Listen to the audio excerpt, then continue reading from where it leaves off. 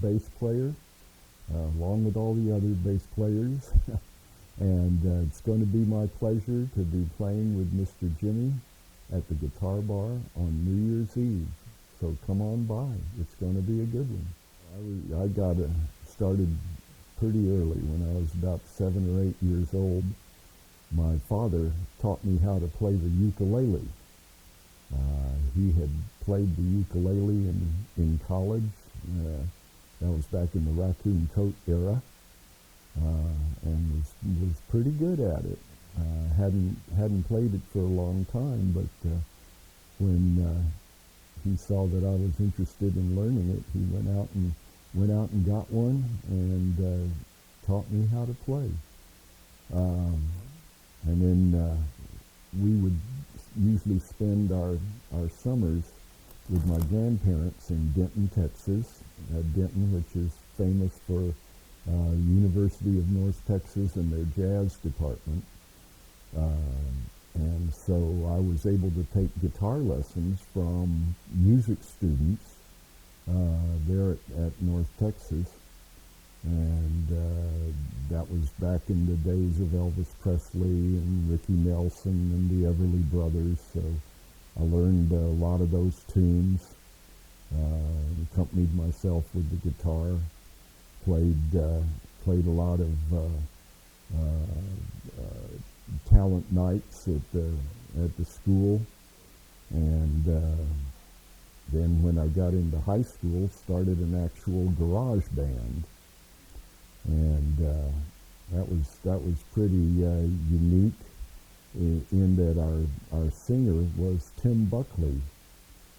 He and I went to high school together, and we put together this band and played the sock hops at the high school and a lot of stuff like that. And that was in Orange County, California, and I was just 35 miles from Hollywood. So it was pretty obvious where I would go to get my career started. My first year in the business was pretty busy. Did Tim Buckley's first album with him. Went on the road with Judy Henske, who was well-known in that day folk singer who'd come from New York to Los Angeles. Then I got into the Mothers of Invention and playing rhythm guitar on an electric 12-string. And when I got the offer from Buffalo Springfield to come play bass with them, that's where I went. And after a few months, that ended, and Al Cooper called me to New York for the start of Blood, Sweat, and Tears. So that was my first year in the music business. I played at Woodstock with Blood, Sweat, and Tears, and a lot of people still remember that one. Summer of 1969, and that was great timing because Blood, Sweat, and Tears' second album, which had 3 number-1 singles off of it and sold millions, and we got a Grammy for Album of the Year for that album. So we were booked for the closing night, Sunday night. Right after Blood, Sweat, and Tears, I got the gig with Neil Sedaka. Wonderful guy to work for, and stayed with him for about 35 years. My early days in music in Los Angeles, I lived up in Laurel Canyon with tons of other famous and talented people. Gosh, everyone lived up there.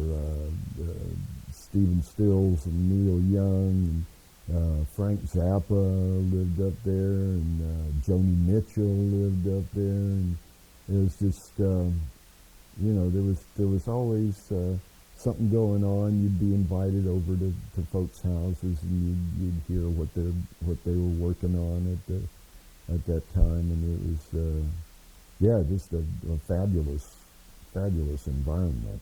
That's about the only rule for improvisation, is just let it make sense. If the listener, if you're doing a solo and the listener can can hear in their mind the chord changes that you're playing your solo on, then it makes sense to the listener, and that's important.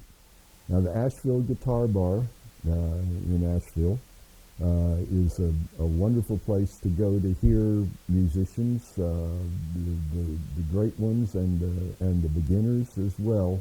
I love it there, and I love Mark and Julia.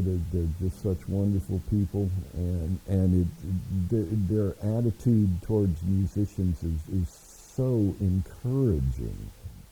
Just love playing there and going to hear people play. So it's a good place. I'd recommend it highly.